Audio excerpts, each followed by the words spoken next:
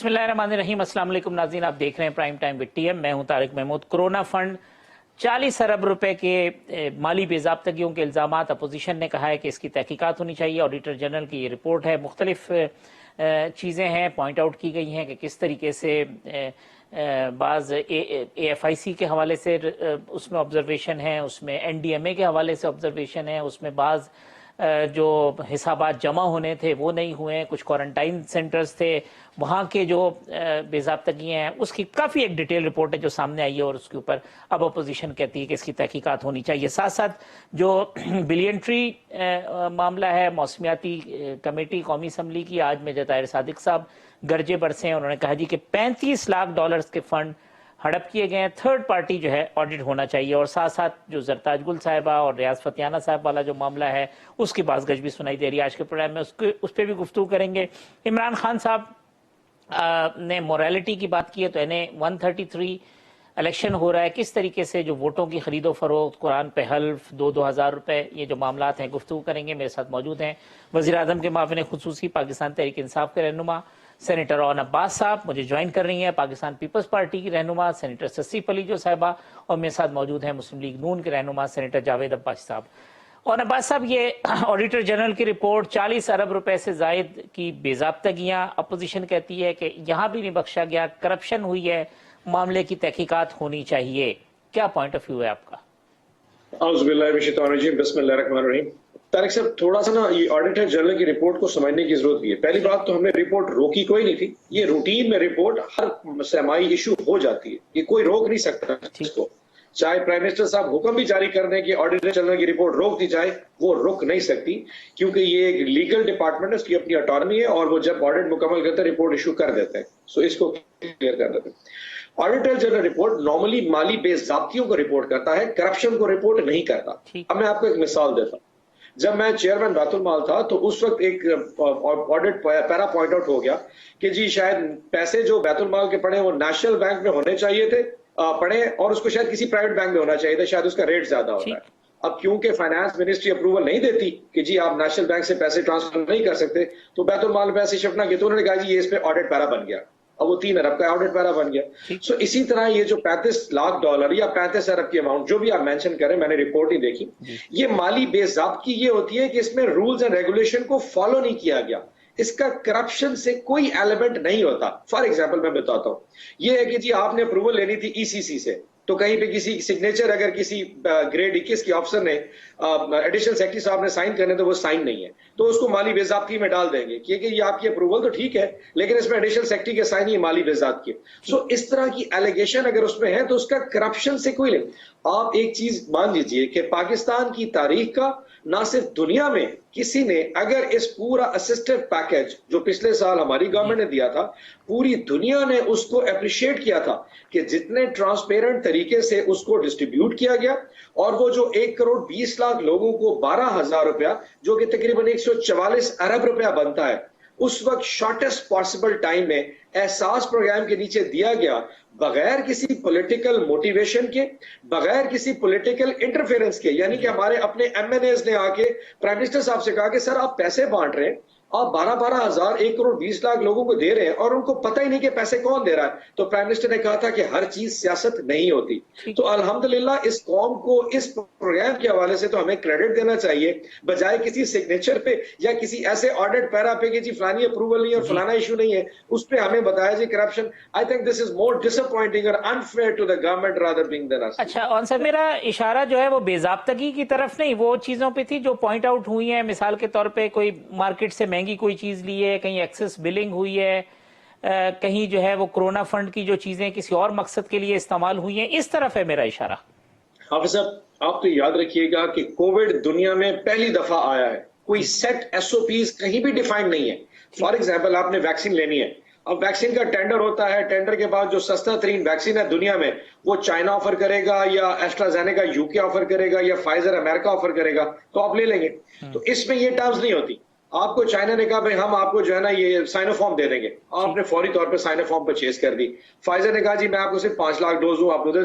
सो पेपरा rules भी suspended हो जाते हैं। सो अगर हम फॉर एग्जांपल मैं आपकी बात कहूँ कि AFIC के लिए फंड्स रखे गए, अब एएफआईसी की अपनी कैपेसिटी है, वो फिल अप हो गई तो उन्होंने उसको शिफ्ट कर दिया, पिम्स के अंदर एक नया वार्ड खड़ा कर दिया। तो ये डे टू डे जो है ना, आपको फैसले चेंज करने पड़ रहे थे। ठीक। अब फॉर एग्जांपल लाहौर में ना शेख जायद हॉस्पिटल में हमने कोविड का वार्ड बनाया था, वो फिल अप हो गया।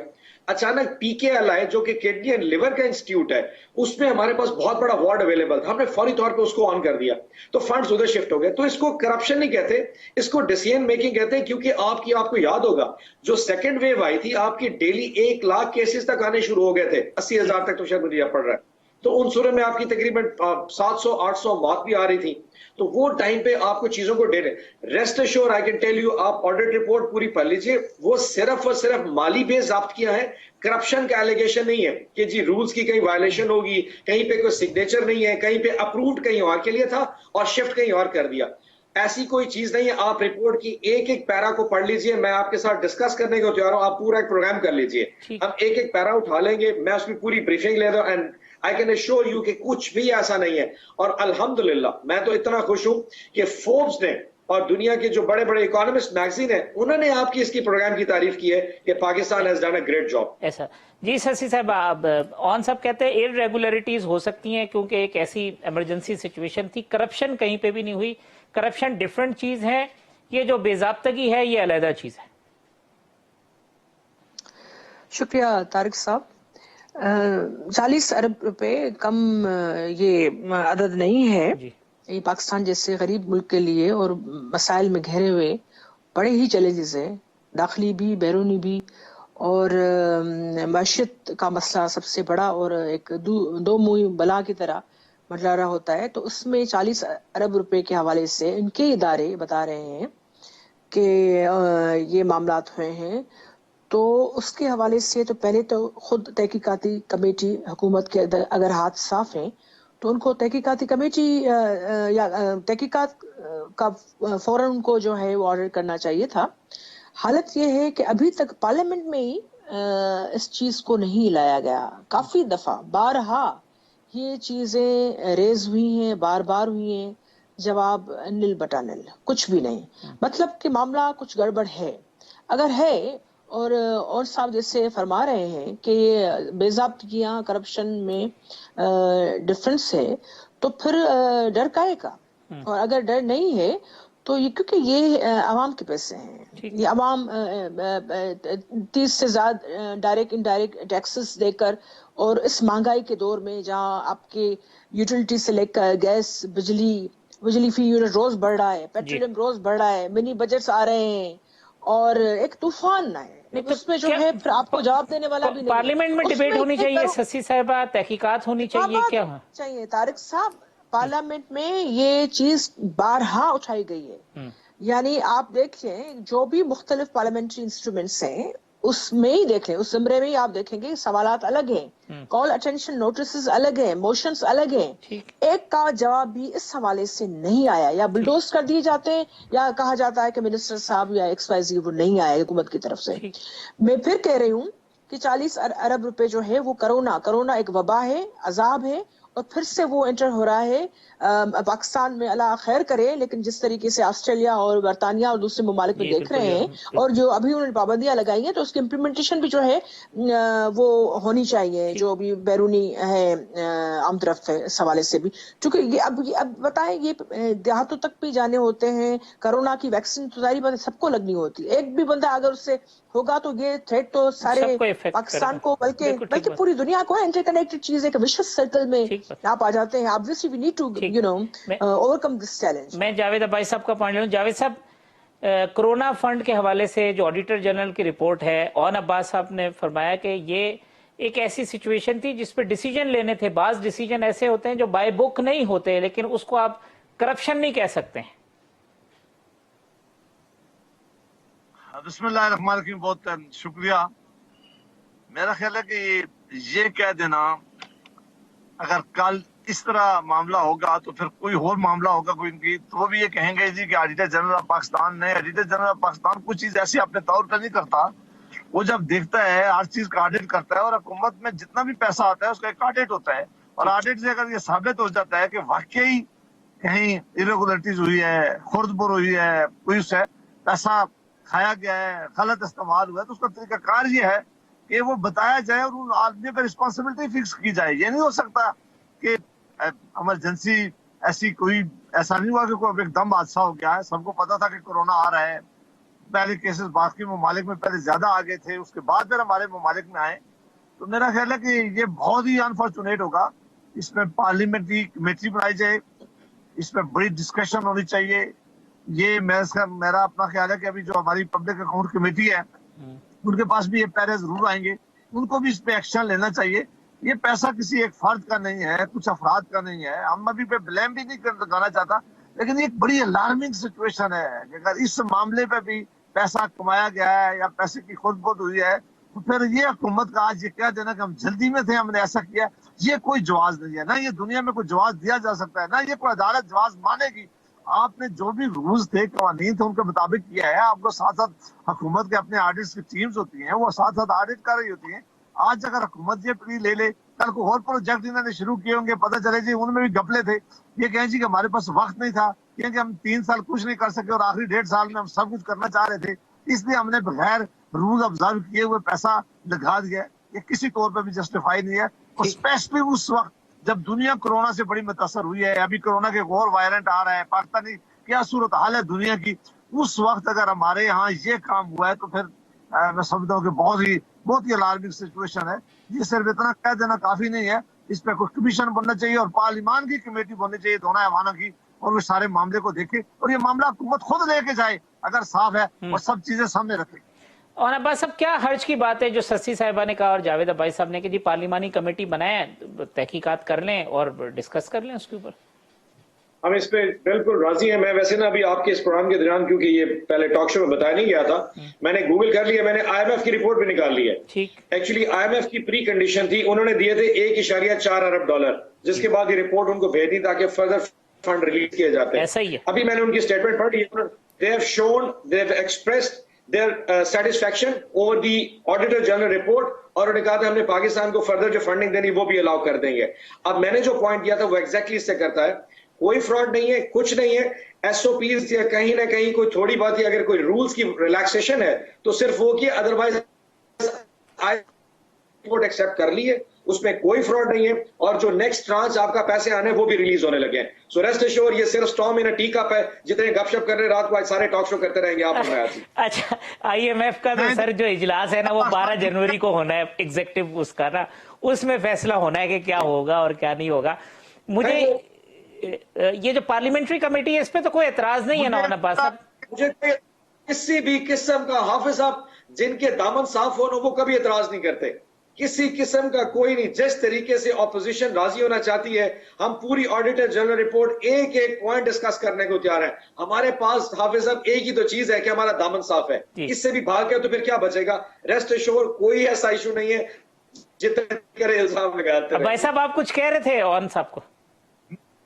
मैं ये कह रहा था कि ऑन साहब मेहरबानी करें, या तो ये कह दें कि ऑडिटर जनरल पाकिस्तान झूठ कह रहे हैं, या वो कह रहे हैं कि हम उनकी रिपोर्ट नहीं मानते। अब बिल्कुल जो इलेक्शन कमीशन ऑफ पाकिस्तान के मतलब आपने एक पोजीशन ले लिया है, ऑडिटर जनरल पाकिस्तान के मतलब भी आप एक पोजीशन ले लें, और आप लेंगे आज या सोनर और लेटर आप ये पोजीशन जरूर ले लेंगे। अभी वो कह रहे हैं कि IMF ने कह दिया कि हमने इनकी बात मान ली है, वो अभी फैसला नहीं हुआ। अभी आप सिर्फ खुशखबरियां सुना रहे हैं, ये पैसा कोरोना के लिए आया था। बात सुने, जरा सुन तो ले। और मुझे यकीन है कि इस रिपोर्ट के बाद IMF जो है वो किसी सूरत में भी, वो तो एक छोटी सी चीज पकड़ लेती है तो नहीं छोड़ती, अब तो इतनी बड़ी रिपोर्ट, और ऑडिटर जनरल पाकिस्तान की रिपोर्ट उसके हाथ में आई है। मैं नहीं तस्वर कर सकता कि वो आपको इसी तरह जाने देंगे, लेकिन बहरहाल ये पैसा आया है, ये मुल्क की बड़ी तौहीन है, ये पाकिस्तान की रियासत की बड़ी तौहीन है कि वो कहेंगे कि इस मुल्क, इस बीमारी के लिए, इस बीमारी के लड़ने के लिए सारी दुनिया इकट्ठी हुई है। अगर हमने पैसा आपने दिया था और आप लेके आए थे, वो अगर पैसा कोई अफराद खा गए, कोई हुकूमत के लोग खा गए, कुछ लोगों ने खुद किया, तो अगर आप उस पर एक्शन नहीं लेंगे और ये कहेंगे कि ये चाय में एक कप में चाय के कप में तूफान है, तो ये बड़ी ज्यादती है। आप कहें इसकी इंडिपेंडेंट इंक्वायरी होनी चाहिए। वो तो मान गए ना, वो तो भाई साहब मान गए ना। अब्बास साहब कहते हैं जी करें, बिल्कुल हमारा दामन साफ है, हमें कोई कौन करे हुकूमत में ये कहेंगे कल प्राइम मिनिस्टर को इंक्वायरी कमीशन बनाएंगे या दोनों हाउसेस की कमेटी बनाएंगे ना, वो तो ये कहने से तो नहीं होगा। अब तो वो प्राइम मिनिस्टर के वो मावने खुसूसी है और अब्बास साहब वो कहते हैं जी आप कहें ना प्राइम मिनिस्टर को हुकूमत ऐलान करे, वो आपके ऐलान पे तसल्ली नहीं हो रही अब्बासी साहब की। जैसे हाफिज साहब जी अब्बासी हाफिज साहब, इतना दूर जाने की जरूरत नहीं है। आप जावेद अब्बासी साहब को कहें रिपोर्ट लेके आ जाते हैं, मेरे साथ डिस्कस कर ले। अगर सिर्फ माली बेस ज़ाब्तियां, रूल्स एंड रेगुलेशन की वायलेशन ना हो, इतना दूर जाने की जरूरत ही क्या है? मैं और पढ़े लिखे इतना जबरदस्त सूट लगा के बैठे हैं, ये तो खुद भी पढ़ सकते हैं माशाल्लाह सेनेटर साहब। हम इकट्ठे बैठ के डिस्कस कर सकते हैं। आप इतने बड़े कमीशन में जा रहे हैं, हजूर एक एक पॉइंट को डिस्कस किया जा सकता है। इतना परेशानी मत कीजिए हजूर। कैसे सस्सी साहबा हल क्या है? खान साहब, अगर ये मामला मेरी और आपकी जात से होता तो मैं ये बात ही ना छेड़ता और आप ही कर लेते, फिर भी मैं आपकी बात मान लेता। लेकिन ये मामला जो है ये सीरियस है। मेहरबानी करके इस पे की कमेटी बनाए। अगर कमेटी ने कह दिया कि ये इसमें खुर्द बुर्द नहीं हुई है तो ये आपकी नेकनामी होगी, ये आपके लिए अच्छाई होगी। जी सस्सी साहब, आपका कमेंट इस हवाले से।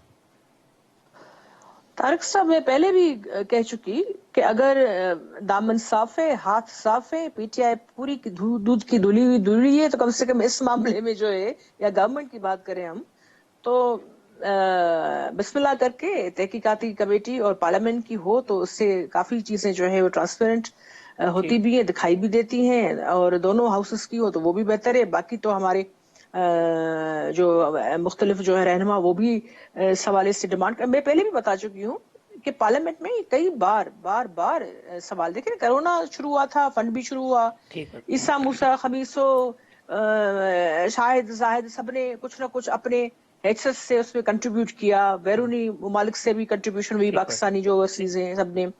तो उनके मामलात में इस तरह की गड़बड़ अगर हुई है तो ये बड़ी ही, ये कोई हम भी एंजॉय नहीं कर रहे, आप खुश नहीं हो रहे। अनफॉर्चुनेट है किसी ने, बिकॉज़ जरूरी नहीं गवर्नमेंट की पैट्रनाइजेशन नहीं होगी, उन्होंने तो बड़ा ये नहीं है कि ये नहीं है कि मैं खुश होकर कहूँ कि मैं वो मामला पकड़ा गया। मैं पाकिस्तानी की हैसियत से समझती हूँ कि सवाल करना हमारा फर्ज है, और एहतसाबी इदारे कहाँ हैं जो अपोजिशन के पीछे तो बार बार भागते हैं, कोई चीज नहीं भी होती, अफवाहों के जद में आई हुई बात को भी पकड़ लेते हैं, यहाँ कहाँ है? ठीक, या उनको आगे आने, उनको भी कहना चाहिए। हाँ, गवर्नमेंट खुद ही करे तो और भी अच्छी बात है, पता चलेगा। आपने कहा कि खुद ले जाए। यहाँ एक वक्फा ले लेते हैं, वक्फे के बाद आते हैं तो इसी मामले को जो है आगे बढ़ाते हैं।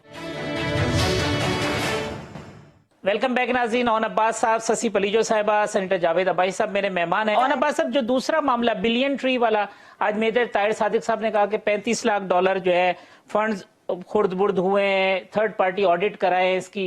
फिर फतियाना साहब और जरताज गुल वाला जो मामला है वो भी आपके सामने ही है। ये क्या मामला है? मतलब खुद आप ही के एमएनएज हैं, कोई तो सही बोल रहा होगा और कोई गलत बोल रहा होगा। अच्छा, मैं इस पे ज्यादा डिस्कस नहीं करूंगा, उसकी वजह है कि स्टैंडिंग कमेटी में हुआ। मेजर ताहिर सादिक साहब का और मलिक अमीन असलम दोनों अटक से ताल्लुक रखते हैं, तो एक कोई इश्यूज हो सकते हैं चीजें, बट रेस्ट एश्योर कि हमारे जो मिनिस्टर्स गए थे, फेडरल मिनिस्टर और जो 2 या 4 लोग, इसकी समरी पीएम साहब ने अप्रूव की है, वो एज पर लॉ ही गए थे, और किसी की फैमिलीज अगर गई है तो पर्सनल खर्चे पे गई हैं, और किसी का इससे कोई ताल्लुक नहीं है। आपने पहले उसमें शुरू में शायद कहा कि बिलियन ट्री सुनामी के हवाले से, तो उसका ऑडिट पहले ही मुकम्मल हो चुका है। तो वो एक्चुअली, क्योंकि मेरे ख्याल मेजर ताहिर साहब किस माइंडसेट के साथ बात कर रहे थे मुझे एग्जैक्ट अंदाजा नहीं है, लेकिन जो मिनिस्टर्स, 2 मिनिस्टर्स और 2 जॉइंट सेक्रेटरी, 2 जॉइंट सेक्रेटरी जो गए थे, 4 लोग प्राइम मिनिस्टर साहब की अप्रूवल से गए थे, और उसमें क्या खर्च होना था, मतलब उनके स्टे और टिकट पे कितना खर्च होना था, और वो जितने डॉलर लगाते थे, मैं उसमें क्या कह सकता हूँ। अच्छा, नहीं होना बस। फतियाना साहब ने कहा जी वो लड़ पड़े आपस में, जरताज गुल साहब और नहीं, ऐसा नहीं, वो जॉइंट सेशन था पीछे, क्योंकि वो तो मिनिस्टर भी और एमएनए भी है, she had to come back, और वो एसएपीएम है, क्योंकि वो वहां पे एमएनए नहीं है, तो वो उन्होंने मेरे ख्याल 14 दिन पूरे के पूरे वहां पे अपने गुजारे हैं। वो अपना टाइम पूरा करके मैडम को आना था, बिकॉज एमएनए यहाँ वोट देना था, तो she had to come back. अब उसको ट्विस्ट देके एक नई कहानी बना दी गई है, तो मेरे ख्याल उससे कोई अमीन असलम साहब ने कहा फतियाना साहब किसी एनजीओ का टिकट पकड़ के वहां चले गए थे, उन्होंने कोशिश की कि उनको गवर्नमेंट फैसिलिटीज प्रोवाइड की जाए, वो हमने नहीं की, वो नाराज हो गया। अब सारे आप ही के लोग हैं, इसमें तो अपोजिशन का कोई आई नहीं। अब मैं फतियाना साहब को के स्टेटमेंट पे जाऊं, अमीन असलम जाऊं, ताहिर सादिक पे जाऊं, ये इश्यूज हैं हमारे आपस में, इनके इश्यूज होते हैं, सेटल डाउन हो जाएंगे। जी सस्सी पलीजो साहब, आप ये जो सूरत है कहते हैं जी। देखिए तारिक साहब, एक जब भी वफूद बनते हैं डेलीगेशंस, तो आपके जो है पता है कि पार्लियामेंट्री भी गवर्नमेंट की तरफ से भी रूल्स होते हैं, और उसमें नुमाइंदगी बहरहाल करनी होती है, लेकिन कौन जा सकता है या कोई किसका वो नहीं बनता डोमेन, तो वो हर चीज जो है आपके पेपर्स में भी होती है, तो बात वाज़ेह हो जाएगी। अब ये जगह हसाई का सामान नहीं करना चाहिए। पाकिस्तान को वैसे ही सीरियस मसाइल हैं, अल्लाह करे उनसे निकल आए। अब ये चिची पिची जरताज गुल ने क्या कहा, टीवी की शोज तक तो ठीक है, बंदे जिक्र फिक्र होता है यहाँ वहाँ की बातों की, लेकिन क्लाइमेट चेंज में पाकिस्तान खुद भी बड़े ही मसाइल का सामना कर रहा है। और हम चाहते हैं बहस अपोजिशन का, आपको पता है कि बड़े अरसे के बाद, बल्कि पहली दफा हमने कॉकस बनाया सेनेट में, जिसको हेड कर रही थी शहरी रहमान साहबा। कराची के पानी से लेकर, आलूदगी से लेकर, डेल्टा के समंदर की पानी तक, यहाँ पर जो भी हो रहा है उसको हम जेर बहस लेकर आए। पाकिस्तान उसकी जद में है, पाकिस्तान को नुकसान हो रहा है, जहाँ एक तरफ मैंग्रोव्स खराब हो रहे हैं, खत्म हो रहे हैं, आपके दरिया सूख रहे हैं, समंदर सी इंट्रूजन कराची और ठट्टा ये 2030 तक शायद बचे न बचे। और इस हवाले से हमें और आपको मिल बैठकर उस पर मामला करने पड़े और दुनिया को बताना होगा कि उस हवाले से कलेक्टिव विजडम के साथ कैसे बढ़ना है। और इसमें अगर यहाँ से नुमाइंदगी जा रही, उसमें भी कंट्राडिक्शन, उसमें भी जग हसाई का सामान, तो मेरे ख्याल में इस चीज को जो है आवाम और लोग भी पसंद नहीं करते, और ये चीजें जो है फिर आगे भी हमें मसाइल पैदा होते हैं फोरम्स पर भी। भाई साहब, आपका क्या कमेंट है इस पूरी सूरत हाल पे जो हुआ, और फिर जो मेजर ताहिर सादिक साहब के भी इल्जाम आते हैं? अब्बास साहब कहते हैं पार्टी की अपना अंदर इंटरनल गर्मा गर्मी होती है, उसका रिफ्लेक्शन है और कुछ नहीं है, हम आपस में खुद ही तय कर लेंगे। देखें, ये बात हमें ना पता चलती अगर रियाज फतेहाना साहब आकर ये बात ना करते। उन्होंने कहा कि हमारे मुल्क की बड़ी जगहसाई हुई है, जब दो वज़रा के दरमियान वहां लड़ाई हुई है, और उन्होंने शायद यहाँ तक कहा कि हाथापाई हुई है। आज रियाज फतेहाना साहब को नोटिस दिया गया, उनकी पार्टी के थे, और उन पर भी एक सीरियस एलिगेशन लगाए गए हैं कि जी वो उनके पास एनजीओ के टिकट थे, वहां में वफद में शामिल नहीं करना चाहता था। अब ये हम इसकी किसकी बात ठीक माने कि कौन ठीक था? रियाज फतेहाना साहब ठीक थे या अभी मिनिस्टर साहब कहें? फिर मेजर साहब ने जो एलिगेशन लगाए हैं, मेजर साहब ने वो एलिगेशन भी आपने देख लिए हैं। अब उन मामलात पे ये डिटरमिन करना है कि क्या वाकई ये एलिगेशन है। लेकिन मैं समझता हूँ कि कितनी बदकिस्मती की बात है कि एक डेलीगेशन पाकिस्तान से बाहर जाता है, वो बड़ा इंपॉर्टेंट कॉन्फ्रेंस थी क्लाइमेट की, वहां जाकर अगर हम आपस में ऐसी लड़ाई करना शुरू कर दें, एक दूसरे पे इल्जाम लगाना कर दें, और अगर अपोजिशन और हुकूमत के दरमियान ये मामला होता तो फिर भी समझ आती है। और अभी आना बाज साहब जरूर कह देते कि जी वो तो आपको पता है ना, यहाँ अपोजिशन जहां भी जाती है ऐसे मामले क्रिएट करती है, इस अपोजिशन की वजह से ऐसा हुआ है। अभी ये मुझे यकीन है कि ये बात करने के भी काबिल नहीं रहे होंगे, अभी इनको पता भी है और ये सारी बात समझते हो, ये वेरी गुड मैन, अदरवाइज जानते हैं सारा मामला। तो मेरा ख्याल है कि इन्होंने इनकी टीम को अगर इस तरह बाहर भेजते हैं तो ये पाकिस्तान की बड़ी जगहसाई है। इन्हें इस मामले पर बड़ा सीरियस लेना चाहिए, और इनका अंदर की जरूर अंदर की लड़ाई है।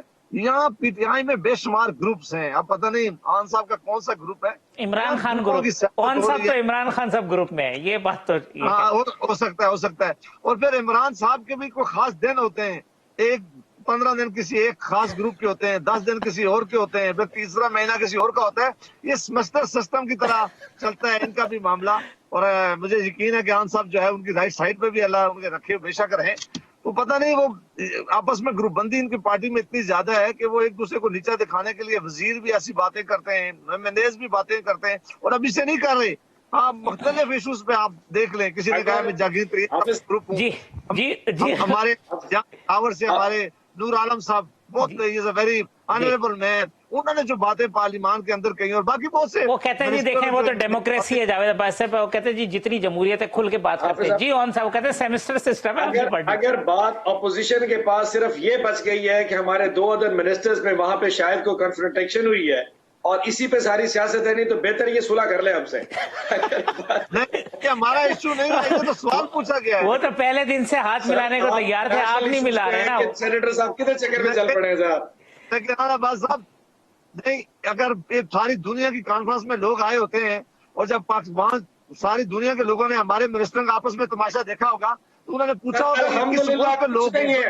कि ये क्या लड़ रहे हैं। अगर किसी ने कहा होगा कि पैसों की बंदर बांट पर लड़ रहे हैं तो कितनी बड़ी बेइज्जती है पाकिस्तान की। सेनेटर साहब, जावेद अब्बासी साहब, कुछ ऐसा नहीं हुआ, अल्हम्दुलिल्लाह आप सुकून में रहे, अमन में रहे, जहाँ सफर में जा रहे हैं, जिस शादी पे टाई लगा के रिस्ट्रेस करें, कोई लड़ाई झगड़ा नहीं हुआ सर, बिल्कुल अल्हम्दुलिल्लाह मामूल के मामलात है हमारे पार्टी के आपस में हम रिजॉल्व कर लेते हैं। अच्छा, यहाँ वक्फा ले लेते हैं, वक्फे के बाद आते हैं तो एनए 133 में जो मामला चल रहे हैं उस पर गुफ्तगू करेंगे, प्रोग्राम को कंक्लूड करेंगे।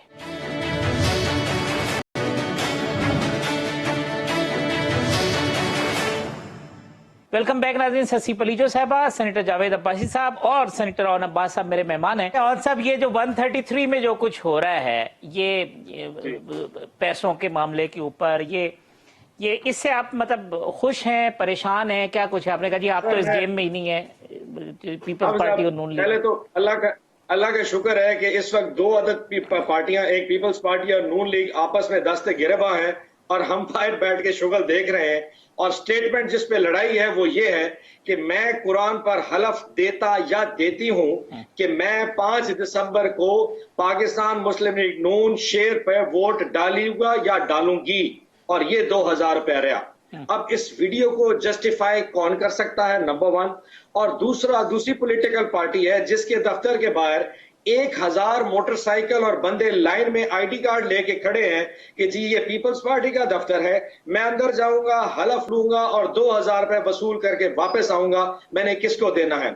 सो वोट को इज्जत दो का नारा मारने वाले अब बात सिर्फ हो चुकी है कि 2000 को इज्जत दो पे आ चुके हैं।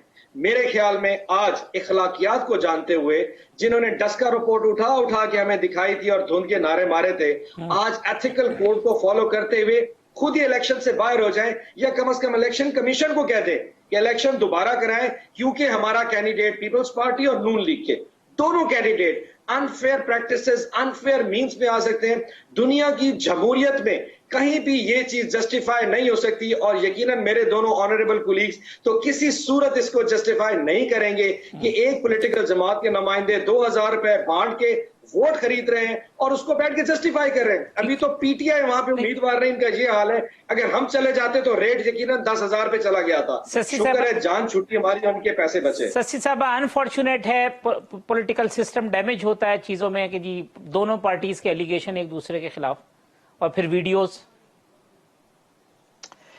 तारिक साहब, हाल ये है गवर्नमेंट और उनकी इत्तेहादियों का और उनके मामलात का कि वो ढंग से अपना उम्मीदवार भी इतने बड़े अहम पाकिस्तान के अहम शहर लाहौर में वो सिर्फ फार्म्स की बिना पर जो है उनके लोग खड़े न हो सके, यानी फिर मुल्क ये कैसे चला रहे हैं, ये तो बड़ी सोचने की बात है। हो सकता है और साहब के अब कैबिनेट में जाने से कुछ फर्क पड़े, हम तो उम्मीद रखते हैं अच्छे लोग और अच्छे जो नए लोग आने चाहिए। देखिए, बात ये है कि डस्का का ये भूल जाते हैं जिसमें तो आलम आश्कार बमे evidence, record, facts and figures, सारी चीजें आ गई है। इलेक्शन कमीशन कहाँ है? वो जो है इस हवाले से भी जो लाहौर में मामला, लाहौर में जो धज्जियां उड़ाई गई हैं इलेक्शन कमीशन के रूल्स की भी, और जो भी आपके लॉज हैं इलेक्शन के, बाय इलेक्शन के, उस हवाले से इलेक्शन कमीशन के पास जो आई हैं, और जो एक तो दफ्तर के बाहर आकर तो आप और मैं कोई भी कही है, लेकिन जो दूसरे इतने आलम आश्कार सबूत हैं के पीछे वो पोस्ट कार्ड भी और ये बैनर्स भी दिखाई दे रहे हैं। देखिए, इलेक्शन हम भी लड़ते हैं, धांधलियों का शिकार हम भी रहे हैं और 12 इलेक्शन जीते भी हैं, कैबिनेट में भी रहे हैं, लेकिन इस किस्म की जो है बहुत सारी चीजों का सामना किया है। लेकिन ये जो खुली धांधली और उसका नुमाइश, उसको जो डेमो है वो तो बड़ा ही तबाहकुन है, लेकिन आंखें खोल देने के लिए भी काफी है। इलेक्शन कमीशन कहाँ है? उसके लिए सीरियस किस्म के जो है, अगर हम पर भी कोई चीज है तो हम तो हर चीज के लिए हाजिर हैं, लेकिन हमें पता है कि हमारी पोजीशन बड़ी मजबूत है, हमने जो है हम मुस्तकम हो रहे हैं और हम जरूर इलेक्शन। अब भाई साहब, ये पैसे भी दे रहे हैं, फिर वीडियो भी बना रहे हैं आप प्रॉपर तरीके से, पीछे सारे पोस्टर लगे हुए हैं आपके, ये क्या मामला है? वरना वोट को इज्जत नहीं दो, 2000 को इज्जत दो, ओन अब्बास साहब कह रहे हैं। ये कॉन्स्पिरेसी है इनके खिलाफ सर। जी भाई साहब, देखिए, एक तो ये मामला है कि जी मुल्क में फ्री एंड फेयर इलेक्शन का इनकाद कराने की जिम्मेदारी जो है वो इलेक्शन कमीशन ऑफ पाकिस्तान को दी है, और आईन पाकिस्तान ने ये जिम्मेदारी उनको दी है, और वो ही इसके खिलाफ एक्शन ले सकते हैं। उनके पास ये मामला गया है, उन्हें बड़ी फेयर इंक्वायरी करनी चाहिए।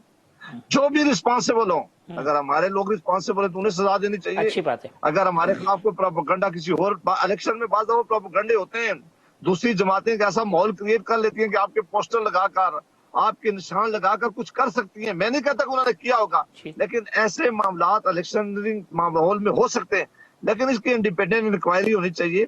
अगर कोई कैंडिडेट ये काम कर रहा है या ज्यादा कैंडिडेट के कोई एजेंट ये काम कर रहे हैं तो बिल्कुल उनको किसी तौर पर भी उनके खिलाफ शुरू सजा होना चाहिए। ये मामला सिर्फ इलेक्शन कमीशन ऑफ पाकिस्तान कर सकता है, उसकी जिम्मेदारी है, और अगर वो नहीं करेगा तो उसमें क्वेश्चन उठेंगे। तो ये कि इस मुल्क में अगर एक हल्के के हम फेयर एंड फ्री इलेक्शन ना करवा सके तो पूरे पाकिस्तान के इलेक्शन कैसे होंगे? तो वो आंसर कह रहे हैं, शुक्र है हम नहीं थे, 2000 रुपए रेट है, अगर हम होते तो 10,000 होता। इलेक्शन कमीशन को छोड़े, कैंडिडेट की बात करें। आप कंडेम करते हैं, ये गलत है, ये तो कह दीजिए। देखिए, मैं कहता हूँ कि अगर किसी ने किया है तो देखिए, अभी जाके डिटरमाइन नहीं होगा, अभी एलिस्ट किया गया है। वो शेर था, वो कोई घोड़ा नहीं खड़ा था पीछे। नहीं, पीछे देखे ना, मैं ये कहता हूँ कि अगर आप अभी बैठे हुए हैं और आपके पीछे हम शेर का निशान लगा दें, या मैं कहीं बैठ जाऊँ आगे, या आप तो नहीं बैठ सकते, लेकिन वो नहीं, मेरी पूरी बात सुन सके। मरियम नवाज की फोटो भी लगानी पड़ेगी। देखिए, आप अगर प्रोपेगेंडा कोई करे, एक कैंप बना सकता है, आप किसी का कैंप बनाना है, बंदे लिए जा सकते हैं, ये इलेक्शन में ये मामलात होते हैं। मैं उसके बावजूद कहता हूँ कि एक इंडिपेंडेंट इंक्वायरी होनी चाहिए। ये बंदे इलेक्शन कमीशन के पास पेश हों, अब्बासी साहब, अगर तो ये कॉन्स्पिरेसी थ्योरी पीपल्स पार्टी ने क्रिएट की है आपके खिलाफ, तो इनको नंबर है, यकीन करें। और अगर ये आपके खिलाफ किसी और ने किया तो कमाल सियासत है।